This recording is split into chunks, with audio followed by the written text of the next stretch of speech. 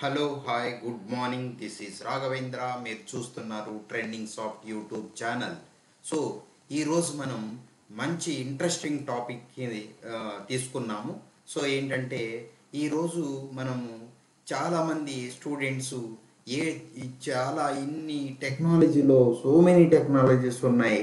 అన్ని టెక్నాలజీస్లో మనకి ఏ టెక్నాలజీ నేర్చుకోవాలి, మనం ఏ టెక్నాలజీ నేర్చుకుంటే త్వరగా జాబ్ వస్తుంది, ఎంత ప్యాకేజెస్ వస్తాయి, ఏంటి బెటర్ ప్యాకేజ్ రావాలి. సో ఇప్పుడు మనం చదువుకున్నామంటేనే చదువు అంటే ఏంటి, చదువుకుంటాం అంటేనే ఒక ఆ పని నేర్చుకోవటం అని. సో ఇక్కడ మనము టెక్నాలజీలో ఇప్పుడు సాఫ్ట్వేర్ సైడ్కి వచ్చినట్లయితే బెస్ట్ టెక్నాలజీస్ ఏంటి, ఇప్పుడు ప్రజెంట్ ఏం ట్రెండింగ్లో ఉంది, ఏంటి ఏం నేర్చుకుంటే మనం బెస్ట్ పొజిషన్కి వెళ్తాము, ఎలాంటి ఇబ్బందులు లేకుండా మంచి సాఫీగా నడిచిపోతుంది సాఫ్ట్వేర్ జాబ్ అనేది ఇప్పుడు బాగా ఆలోచిస్తున్న ట్రెండింగ్ టాపిక్ కింద మనం ఇక్కడ తయారైంది. సో ఇక్కడ best which technology we want to learn అనేది ఇప్పుడు మనం తీసుకున్నటువంటి కాన్సెప్ట్.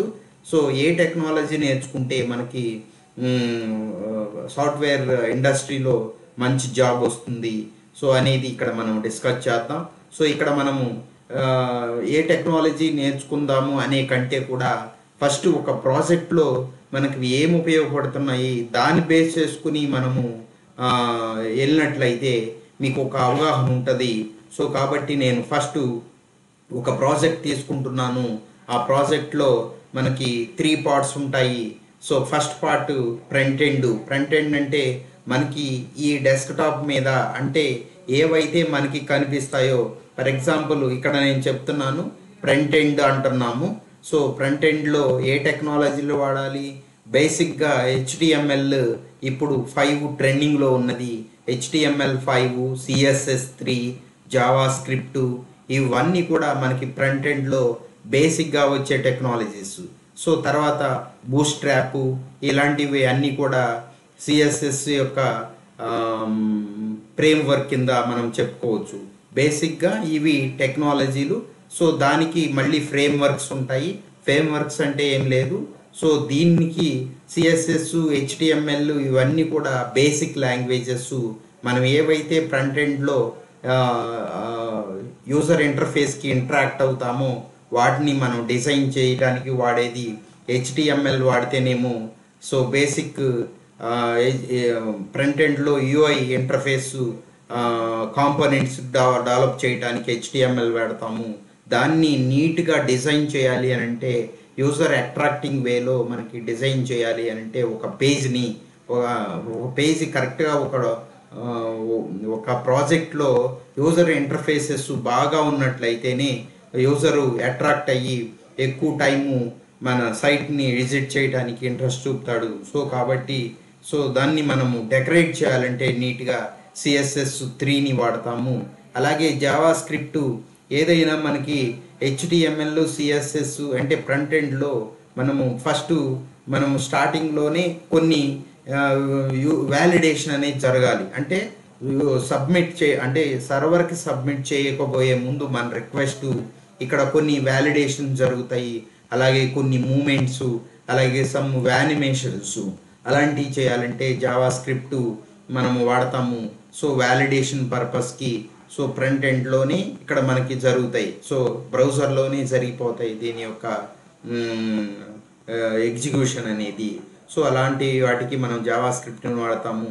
సో ఇక్కడ నుంచి ఏదైతే మనం రిక్వెస్ట్ ఇచ్చామో అది మిడిల్వేర్ సర్వీసెస్ HTTP రిక్వెస్ట్ కింద వెళ్ళి మిడిల్వేర్ సర్వీసెస్ యాక్సెప్ట్ చేసి సో దాన్ని మళ్ళీ నెక్స్ట్ డేటాబేస్తో ఇంటరాక్ట్ అయ్యి డేటాబేస్లో ఉన్నటువంటి ఏవైతే రిక్వెస్ట్ చేశాడో ఆ డేటాని మళ్ళీ రిట్రీవ్ చేసుకుని బ్యాక్కి వచ్చి మళ్ళీ ఫ్రంట్ ఎండ్కి ఇస్తుంది. ఫ్రంట్ ఎండ్లో మనము ఎలా ఆ వచ్చినటువంటి డేటాని ఎలా మనము ఒక క్లియర్ కట్గా దాన్ని ఎలా డిజైన్ చేసుకోవాలి, అవుట్పుట్ ఎలా కనిపించాలి అనేది కూడా మనం డిజైన్ చేస్తాము. అంటే ఇచ్చినటువంటి ఇన్పుట్ వచ్చేటువంటి అవుట్పుట్ ఆల్రెడీ ఒక ప్రాజెక్ట్ చేస్తున్నామంటే ముందు అంతా కూడా ఐడియా ఉంటుంది.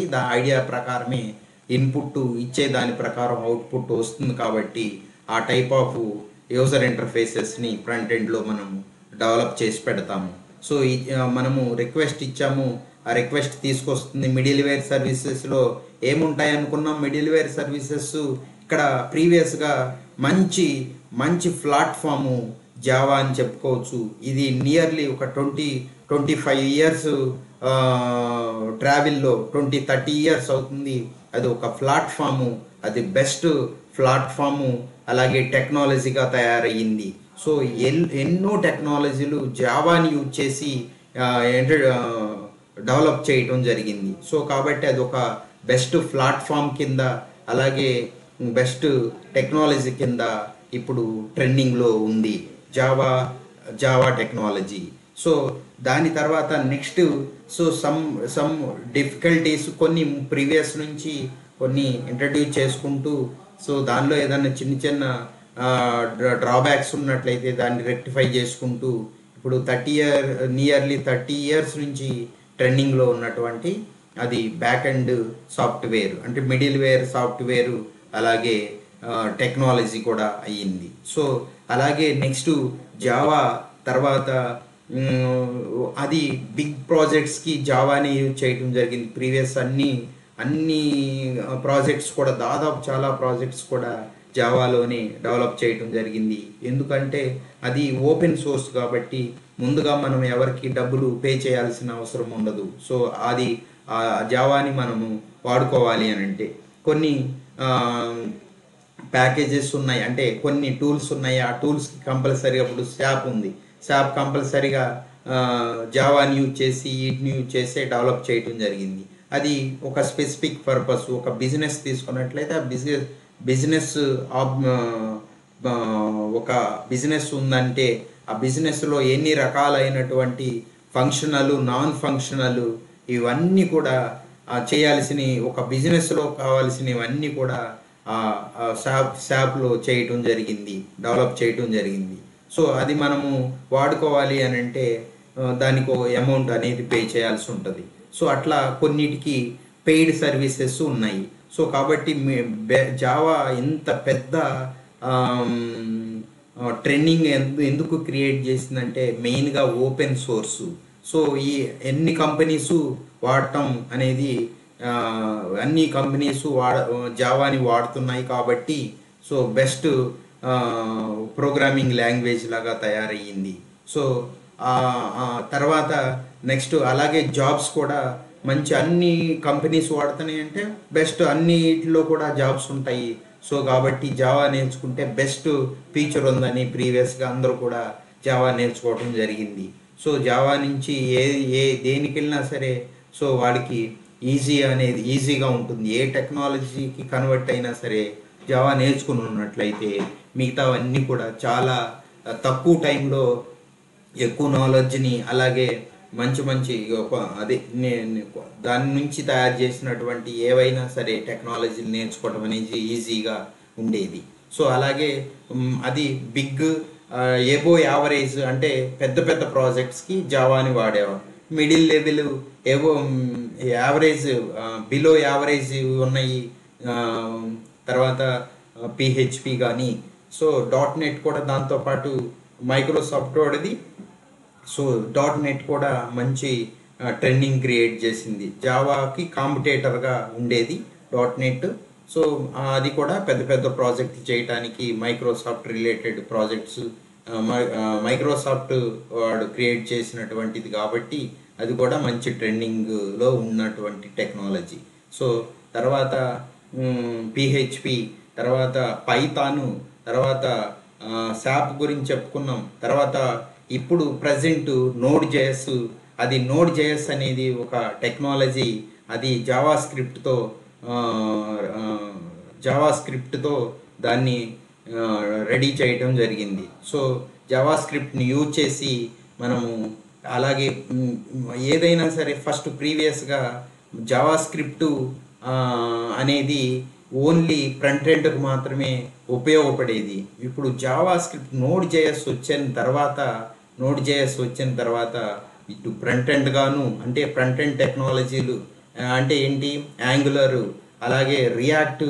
సో ఇవన్నీ కూడా మనకి ఫ్రంట్ ఎండ్ టెక్నాలజీలు వచ్చినాయి, వ్యూ జేఎస్ ఫ్రంట్ ఎండ్ టెక్నాలజీలు వచ్చినాయి. ఆ టెక్నాలజీలు కూడా జావా స్క్రిప్ట్ని, అలాగే టైప్ స్క్రిప్ట్, జావా స్క్రిప్టే బేసిక్ లాంగ్వేజ్. సో కాబట్టి ఇటు ఫ్రంట్ ఎండ్ గాను, సో తర్వాత మిడిల్ వేర్ గాను నోడ్ జేఎస్లో కూడా జావా స్క్రిప్ట్ని వాడటం జరిగింది కాబట్టి మిడిల్ వేర్గా కూడా ఉపయోగపడటం జరుగుతుంది. సో ఇలా జావా స్క్రిప్ట్ తర్వాత బ్యాక్ ఎండ్తో ఇంటరాక్షన్, ఇవి సమ్ డేటాబేసెస్ ఉన్నాయి. అవి మనము అవి NoSQL ఒకటి, అలాగే relational database management system SQLs అంటే RDBMS, సో MySQL, అలాగే NoSQL, సో MongoDB, ఇవన్నీ కూడా ఉన్నాయి.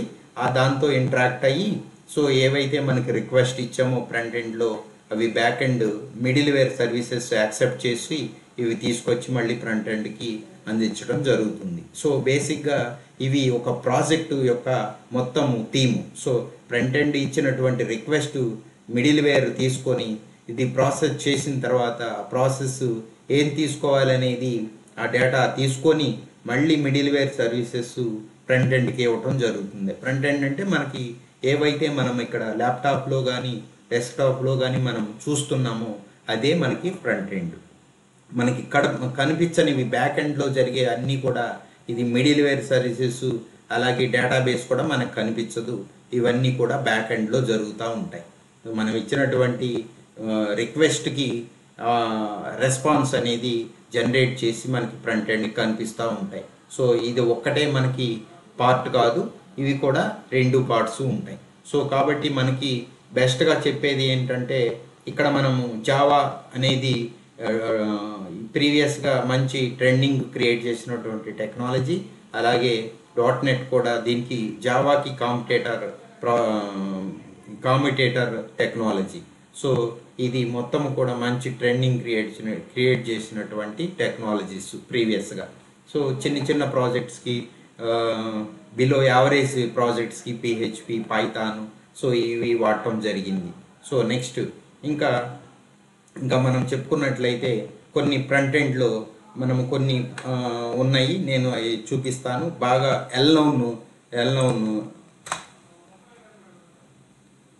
ఎల్నోన్ ఫ్రంట్ ఎండ్ కానీ బ్యాక్ ఎండ్లో కానీ అలా కొన్ని మనము బాగా ట్రెండింగ్లో ఉన్నాయి. అలాగే చూడండి ఇక్కడ ఇది యాంగులర్.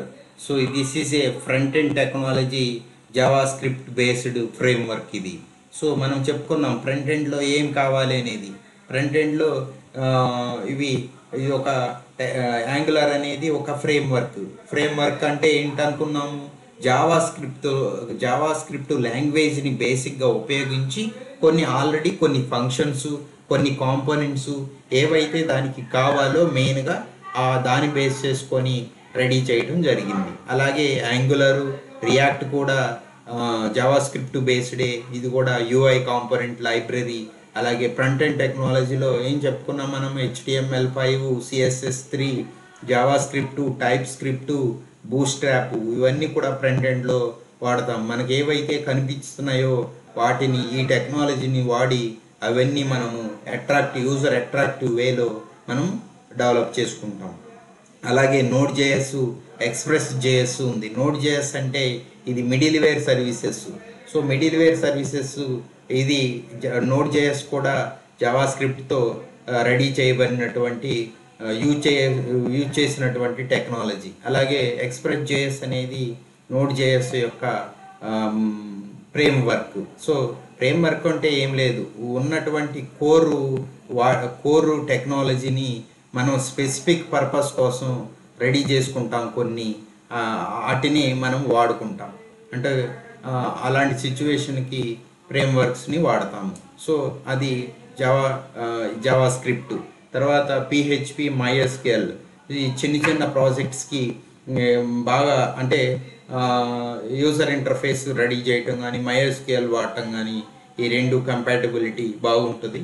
సో చిన్న ప్రాజెక్ట్స్కి మనం PHP, MySQLని వాడతాము. అలాగే ఇక్కడ మనము MS Word, Excel, ఫోటోషాప్, ఇవన్నీ కూడా జనరల్గా ప్యాకేజెస్. సో అవి ఫోటోషాప్ని యూజ్ చేసి మనం ఒక ప్రాజెక్ట్లో ఇమేజ్ని ఎడిట్ చేసుకోవటం, నీట్గా అంటే ఒక ప్రాజెక్ట్ అంటే ఓన్లీ టెక్స్టే కాదు, ఇమేజెస్, టెక్స్ట్ ఇవన్నీ ఉంటాయి. సో కాబట్టి ఫోటోషాప్ని యూజ్ చేసి ఇమేజెస్ని కావాల్సిన ప్రాజెక్ట్ కావాల్సిన ఏవైతే ఇమేజెస్ ఉన్నాయో అవన్నీ కూడా ఎడిట్ చేసుకుని దానిలో పెట్టుకుంటాం. So BI tool business intelligence tools, Tableau ఇలాంటివి కొన్ని ఉన్నాయి. సో ట్యాబ్ల్యూ అనేది one of the tool. Business intelligence tool అంటే ఏం లేదండి, డేటాబేస్ ఇస్తాడు.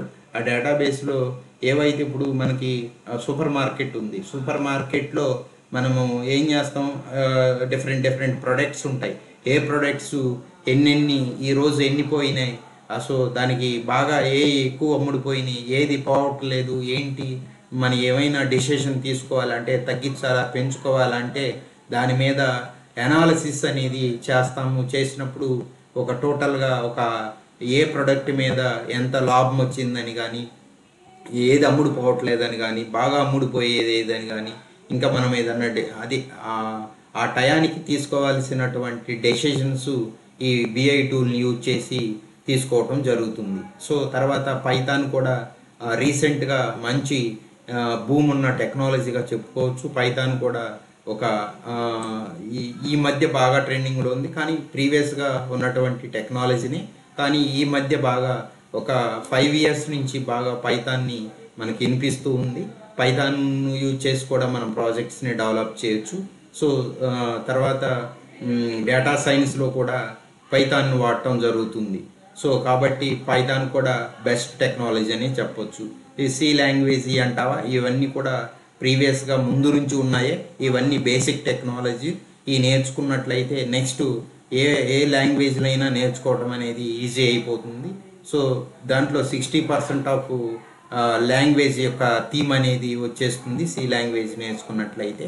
మిగతా 40% సో క్లాసెస్ అని, సమ్ అడిషనల్ ఫీచర్స్ అని అవన్నీ కూడా యాడ్ అవుతూ ఉంటాయి. సో సి లాంగ్వేజ్ బేసిక్ లాంగ్వేజ్గా, వెరీ పాపులర్ లాంగ్వేజ్గా మనం చెప్పుకోవచ్చు. ఇది ఫ్రమ్ స్టార్టింగ్ నుంచే సి లాంగ్వేజ్ అనేది ఉంది. సో సమ్ ఇంజనీరింగ్ స్టూడెంట్స్ కానీ, సమ్ ఏ స్టూడెంట్స్ కూడా డిగ్రీ లెవెల్లో, ఎంసీఏ లెవెల్లో, అలాగే కంప్యూటర్ సైన్స్ రిలేటెడ్గా ఫస్ట్ లాంగ్వేజ్గా మనం ఇది చెప్పుకోవచ్చు. సో అలాంటివి కొన్ని టెక్నాలజీస్. సో చూడండి, నెక్స్ట్ మనం ఏం చెప్పుకుందాం, ఇక్కడ ఈ ప్రాజెక్ట్ గురించి డిస్కస్ చేసుకున్నాం. సో ఏ టెక్నాలజీలు దేనికోసం వాడతామని చెప్పుకున్నాము. తర్వాత ఈ టెక్నాలజీల గురించి కూడా మనం డిస్కస్ చేసుకున్నాం. ఇప్పుడు నెక్స్ట్ ఇక్కడ చూడండి. సో ఈ టెక్నాలజీలు అన్నీ కూడా ఏది బెస్ట్ అని చెప్పాము అంటే, ఇప్పుడు బాగా ట్రెండింగ్లో ఉన్నటువంటిది, అన్నిటికీ ఉపయోగపడేది. ప్రీవియస్గా అయితే ఫ్రంట్ ఎండ్కి ఒకటి, బ్యాక్ ఎండ్కి ఒకటి, అలాగే ఇలా వాడటం జరిగేది. అంటే డిఫరెంట్ టెక్నాలజీలు నేర్చుకోవడం అనేది చాలా కంబర్సన్ టాస్క్ లాగా ఉండేది. అంటే చాలా లాంగ్వేజ్లు నేర్చుకోవాల్సి వచ్చేది. సో ఇప్పుడు మనము జావా స్క్రిప్ట్ అనేది నేర్చుకున్నట్లయితే ప్రజెంటు నోడ్.js, తర్వాత యాంగులరు, తర్వాత రియాక్ట్, వ్యూ.js ఇవన్నీ కూడా జావా స్క్రిప్ట్ రిలేటెడే. కాబట్టి జావా స్క్రిప్ట్ ప్రజెంటు అంటే కోడింగ్ రిలేటెడ్గా, కోడింగ్ మీకు వచ్చినట్లయితే కోడింగ్ రిలేటెడ్గా జావా స్క్రిప్ట్ ఓరియంటెడ్గా ఏవైతే ఉన్నాయో అవి నేర్చుకున్నట్లయితే బెస్ట్ ఫీచర్ ఉంటుంది. అంటే కోడింగ్ లెవెల్లో కోడింగ్ వచ్చినట్లయితే.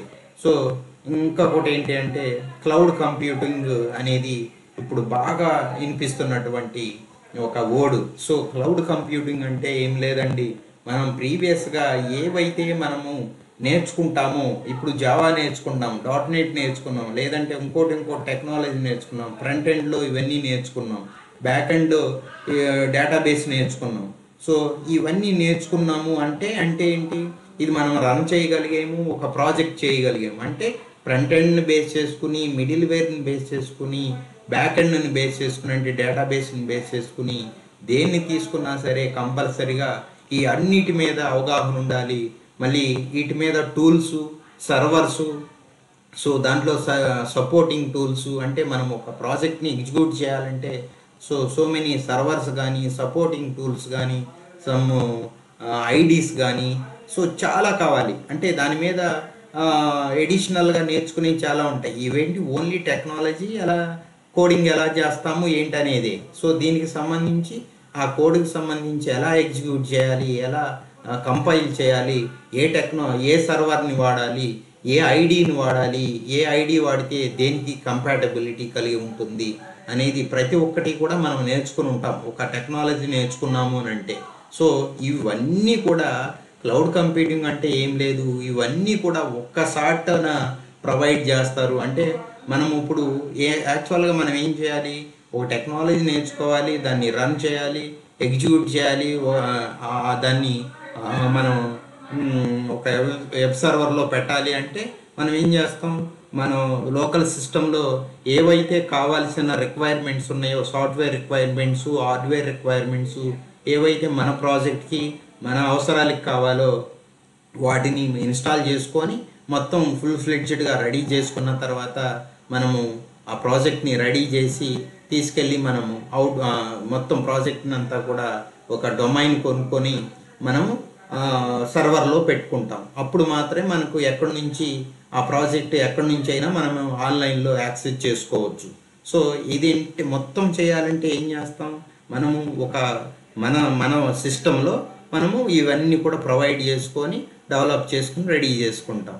సో మన సిస్టానికి బదులుగా ఎవరో ఒకళ్ళు క్లౌడ్ సర్వీసెస్ వాళ్ళు ప్రొవైడ్ చేయడం జరుగుతుంది. అంటే ఏంటి, hardware infrastructure, software infrastructure, platform, ఇవన్నీ కూడా మనకి ఏవైతే మన సిస్టంలో వాడుకుంటామో ఇంటర్నల్గా అవన్నీ కూడా బయట వాళ్ళు సర్వీస్ ప్రొవైడర్సు ప్రొవైడ్ చేయడం జరుగుతుంది. అంటే మనం చేసే ఇవన్నీ కూడా అక్కడ అన్నీ కూడా ఒకసారి ఇస్తాడు. అంటే సర్వర్ కావాలి, ఒక ప్రాజెక్ట్ చేయాలంటే ఒక ప్రాజెక్ట్ని మనం రన్ చేసి మనం వరల్డ్ వైడ్గా మనం యాక్సెస్ చేసుకోవాలంటే ఏం చేయాలి, వెబ్ సర్వర్ కావాలి. అంటే దానిలో పెడితేనే మనం యాక్సెసింగ్ అనేది జరుగుతుంది. దానికి డొమైన్, సో దానికి సాఫ్ట్వేర్ ప్లాట్ఫామ్ కావాలి, దేంట్లో రన్ అవ్వాలి, లైనక్స్లోనా లేకపోతే విండోస్లోనా దేంట్లో రన్ అవ్వాలి, అది ఒక ప్లాట్ఫామ్ కావాలి. సో అలాగే అప్లికేషన్స్ కావాలి, అంటే జావాలో రెడీ చేసావా, .NETలో రెడీ చేసావా, లేకపోతే జావా స్క్రిప్ట్ బేస్డ్ నోడ్.jsలో అలా ఈ దేంట్లో డెవలప్ చేసావా, ఆ టైప్ ఆఫ్ అప్లికేషన్కి తగ్గట్టుగా సర్వర్స్, దానికి సపోర్టింగ్ టూల్స్ అన్నీ కూడా ఈ ఈ క్లౌడ్ కంప్యూటింగ్ ప్రొవైడర్స్ ప్రొవైడ్ చేయడం జరుగుతుంది. అలాగే స్టోరేజ్, మనము ఏదైతే మనం లోకల్ సిస్టంలో హార్డ్ డిస్క్ ఉంటుందో ఆ హార్డ్ డిస్క్లో స్టోర్ అవ్వాలి కదా, అలాగే ఇవి స్టోరేజ్ కోసం కొంత స్పేస్ని మన కోసం అలాకేట్ చేయడం జరుగుతుంది. అంటే ఇవన్నీ కూడా ఒక దగ్గర ప్రొవైడర్స్ ప్రొవైడ్ చేస్తూ ఉంటారు. సో ఇవన్నీ అంటే మనం ఏం చేయడం, డైరెక్ట్గా ఆడు ఐడి ఇస్తాడు, ఐడి మనం ప్రొవైడ్ చేస్తాడు, ఐడితో మనము దాంతో ఇంటరాక్ట్ అయ్యి కనెక్ట్ అయ్యి సో మొత్తం కూడా అక్కడ అవైలబుల్గా ఉన్నటువంటి సర్వీసెస్ అన్నీ మనకేం కావాలో ఏంటో అనేది మనం వాడుకుంటాం అంతే. సో ఇక్కడ మనము మన సిస్టంలో ఏమి ఇన్స్టాల్ చేయాల్సిన అవసరం ఉండదు.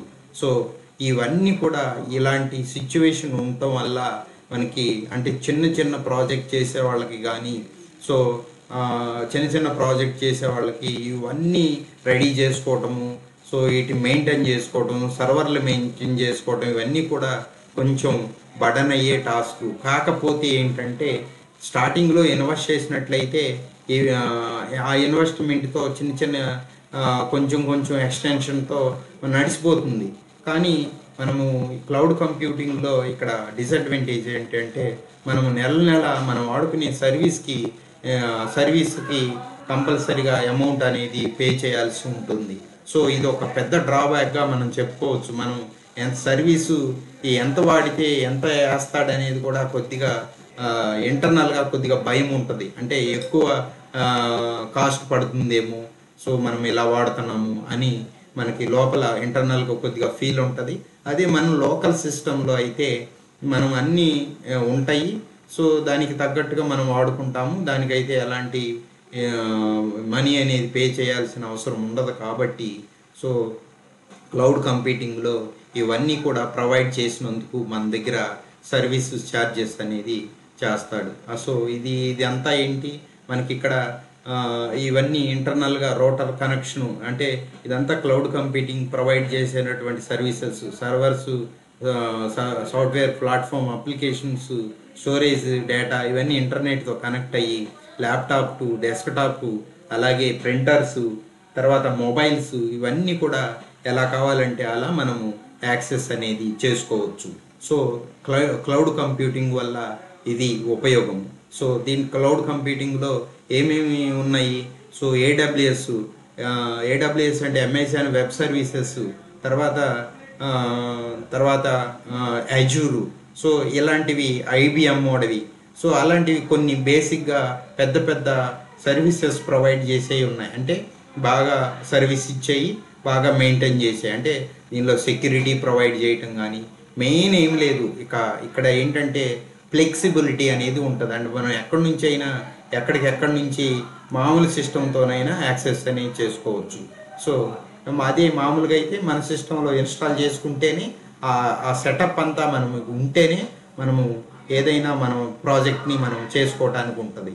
సో వీడు అంతా కూడా ప్రొవైడ్ చేసి ఇస్తాడు కాబట్టి మొత్తం take care bye the cloud service చేసే వాళ్ళదే మొత్తం. అంటే దానికి సెక్యూరిటీ ప్రొవైడ్ చేయటం కానీ, స్టోరేజ్ పెరిగితే స్టోరేజ్ని ప్రొవైడ్ చేయటం కానీ, ఇంకా దానికి సంబంధించినటువంటి సెక్యూరిటీ అప్లికేషన్ వైడ్గా ప్లాట్ఫామ్ని ఎక్స్టెండ్ చేయటం కానీ, ఇవి మనము అవసరాన్ని కొద్దీ వాడు సర్వీస్ ఇస్తూ ఉంటాడు. దానికి తగ్గట్టుగా మనం పే చేయాల్సి ఉంటుంది. సో ఇది క్లౌడ్ కంప్యూటింగ్ యొక్క ఉపయోగం. బాగా ప్రజెంటు అంటే దీనిలో కూడా కోడ్ రాయాల్సి ఉంటుంది. కాకపోతే ఇవన్నీ కూడా మనకి ప్రొవైడ్ చేసే ఇన్ఫ్రాస్ట్రక్చర్ డెవలప్మెంట్, సాఫ్ట్వేర్ సర్వీసెస్ ఇవన్నీ కూడా ప్రొవైడ్ చేస్తాడంతే. సో మామూలుగా మనం కోడింగ్ అవి రాయటం అనేది కామన్గానే ఉంటుంది. సో కొన్ని అన్నీ ఒక దగ్గర ఉంటాయి కాబట్టి కొంత ప్రాజెక్టు కంపైలేషను, ఎగ్జిక్యూషను, తర్వాత ఇది మొత్తం కూడా హోస్టింగ్ చేయటము, ఆ సర్వర్లోకి మన ప్రాజెక్ట్ని హోస్ట్ చేయటము, ఇవన్నీ కూడా కొంచెం ఈజీగా ఉంటుంది. అంటే ఒక దగ్గర ఉంటుంది కాబట్టి. మామూలుగా అయితే మనం బయట ఆ సర్వర్ని హోస్ట్ చేయడానికి ఏదో ఒక టూల్ను వాడి మనం దాన్ని ఆ సర్వర్లోకి హోస్ట్ చేయాల్సి ఉంటుంది. అంతే డిఫరెన్స్ తప్ప ఎలాంటి ఇబ్బంది ఉండదు. సో నా సజెషన్ ఏంటంటే క్లౌడ్ అంటే ఇండివిజువల్గా మనం వాడేది అయితే మాత్రం మనం లోకల్ సిస్టమ్నే వాడటం అనేది బెటర్ అని నా ఒపీనియన్. సో అదే చిన్న చిన్న ప్రాజెక్ట్స్, సో ఒక ఆర్గనైజేషన్స్ అవన్నీ కూడా సెక్యూరిటీ కానీ సర్వర్స్ కానీ మొత్తం చిన్న చిన్న ఆర్గనైజేషన్స్ ఇవన్నీ కూడా ఆర్గనైజ్ చేయలేవు కాబట్టి కొద్దిగా ఇబ్బంది. అంటే దానికి టెక్నీస్ కావాలి కాబట్టి కొంత మెయింటైన్ చేయడం అనేది ఇబ్బంది కాబట్టి సో వీటిని అప్రోచ్ అయితే బెటర్ అనేది నా ఒపీనియన్. సో ఇది క్లౌడ్ కంప్యూటింగ్ యొక్క ఇంపార్టెన్స్. సో ఇంకొకటి ఏంటంటే దీనిలో సర్వీసెస్ ఆర్కిటెక్చర్ అని ఇప్పుడు బాగా మనకి వినిపిస్తున్నటువంటి ట్రెండింగ్ వర్డ్స్. మైక్రో సర్వీసెస్ అంటే ఏంటి? మైక్రో సర్వీసెస్ అంటే ఇదివరకు మోనోలిథిక్ ఆర్కిటెక్చర్ అనేవాళ్ళు. అంటే ఏంటి monolithic architecture, micro services architecture అంటే ఏమీ డిఫరెన్స్ లేదు. మోనోలిథిక్ అంటే ఏం లేదు. ఇప్పుడు సపోజు మనకి ఒక కామర్స్ వెబ్సైట్ తీసుకుందాం. అంటే అమెజాను, ఫ్లిప్కార్ట్ ఇవన్నీ కూడా కామర్స్ వెబ్సైట్స్ కదా. సో అదేంటే ఏంటి అది అంతా కూడా అంటే ఇప్పుడు ప్రోడక్ట్ని దాంట్లోకి సెల్లర్సు, బయ్యర్సు, అలాగే మనము కొంటాము, సెల్లర్స్ అమ్ముతారు అంటే పెడతారు. తర్వాత దానికి సంబంధించిన అమౌంట్కి సంబంధించి అలా డిఫరెంట్ మాడ్యూల్స్ ఉంటాయి. సో తర్వాత కస్టమర్ కేర్కి సంబంధించి అలా డిఫరెంట్ మాడ్యూల్స్, ఒక్కొక్క మాడ్యూల్ మొత్తము ఒకదానికి కలిపేసి ఉన్నట్లయితే అది మోనోలిథిక్ ఆర్కిటెక్చర్ అంటాం. అంటే ఏం లేదు, మొత్తం అంతా అన్ని మాడ్యూల్స్ ఒక సెల్లర్ ఏం చేస్తాడు, ఆ ప్రోడక్ట్ని వెబ్సైట్లో పెట్టుకుంటాడు. సో మనం చూసి అది మనము బయ్యర్స్ అయితే అది పర్చేజ్ చేస్తాము. అలాగే అమౌంట్కు సంబంధించి మనము పే చేస్తాం కదా అమౌంట్ ఆన్లైన్లో. సో అలా దానికి ఒక సపరేట్ మాడ్యూల్, అలా కస్టమర్ కేర్, తర్వాత డెలివరీకి సంబంధించిన ఒక ఒక మాడ్యూల్. సో ఇలా అన్నీ కలిపేసి ఉన్నట్లయితే దాన్ని మోనోలిథిక్ ఆర్కిటెక్చర్ అంటారు. అంటే దాంట్లో ఇంటర్ఫేసెస్ ఉంటాయి, బిజినెస్ లేయర్ ఉంటుంది. అంటే బిజినెస్ లేయర్స్ అంటే ఇవన్నీ కూడా అందరూ ఆ ప్రాజెక్ట్లో ఏవైతే ఎంతమంది అయితే ఇన్వాల్వ్ అవుతారో అందరూ కూడా ఇన్వాల్వ్ అవుతారు. దాన్ని డేటా ఇంటర్ఫేస్, డేటాని యాక్సెస్ చేయటం, అలాగే యూజర్ ఇంటర్ఫేస్ మనకు బయటికి కనిపించే వాటికి ఇంటరాక్ట్ అవ్వటం, ఇదంతా కూడా ఒక ఒక ఆర్కిటెక్చర్. దీనిని మోనోలిథిక్ అంటాము.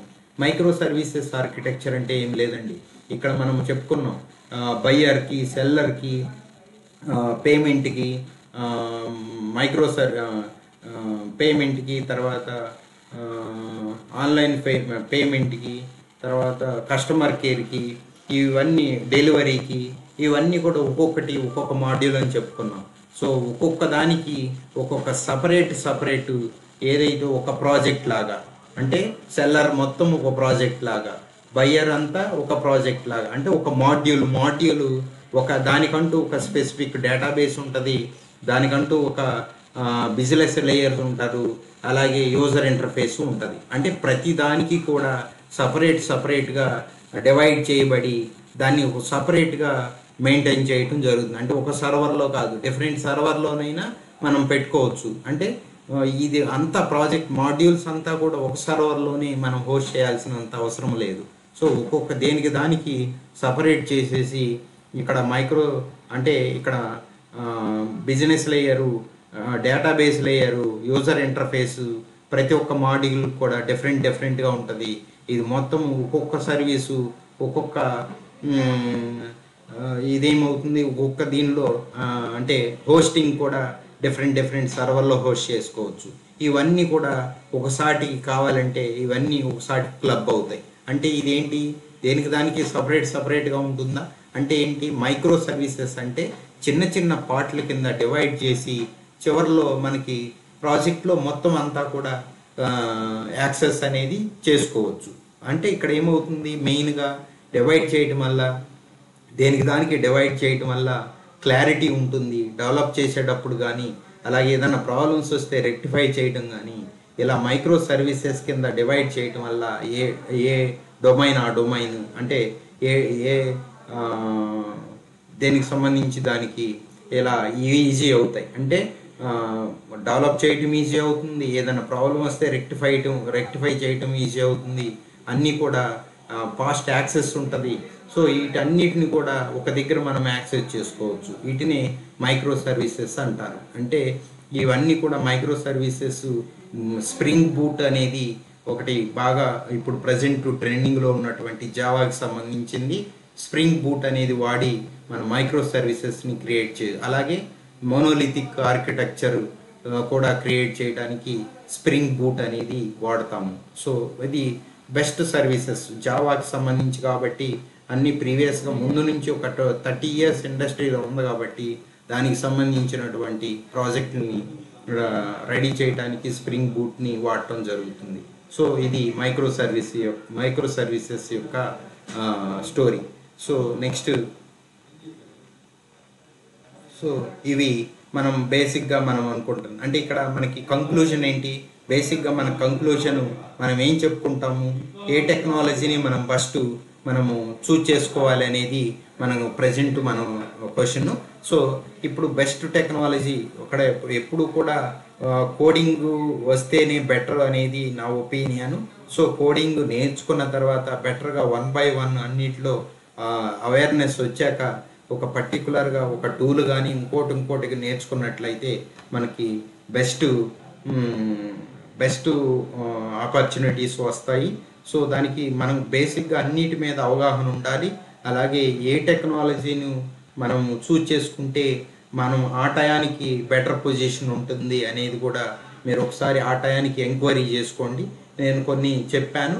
సో ఇంకా ఫర్దర్గా కొన్ని ఇప్పుడు మనకి హడూబ్, డేటా సైన్స్, ఇవి కూడా మంచి ట్రెండింగ్లో ఉన్నటువంటి టెక్నాలజీస్. అంటే డేటా సైన్స్ అంటే ఏం లేదు, ఒక డేటాకి మనము బ్యాక్ ఎండ్లో వచ్చినటువంటి డేటా మీద అనాలిసిస్ చేయటము, దాన్ని డిఫరెంట్ డెసిషన్స్ తీసుకోవటము, సో దానికి వచ్చినటువంటి ఏదైతే అవుట్పుట్లు అంటే వచ్చినటువంటి డేటా మీద మనం అనాలిసిస్ చేసి అప్పటికప్పుడు బెస్ట్ సజెషన్స్ ఏమి ఇవ్వాలి, ఏవేవి బెనిఫిట్స్ ఇవ్వాలి, అంటే ఆఫర్స్ ఇవ్వాలి అనేది డెసిషన్ తీసుకొని ఎప్పటికప్పుడు మంచి రన్నింగ్లో పెట్టుకొని మంచి లాభాలని తీసుకోవటం అనేదే దాని యొక్క కాన్సెప్ట్. సో కాబట్టి డేటా సైన్స్ కూడా మంచి ట్రెండింగ్లో ఉంది.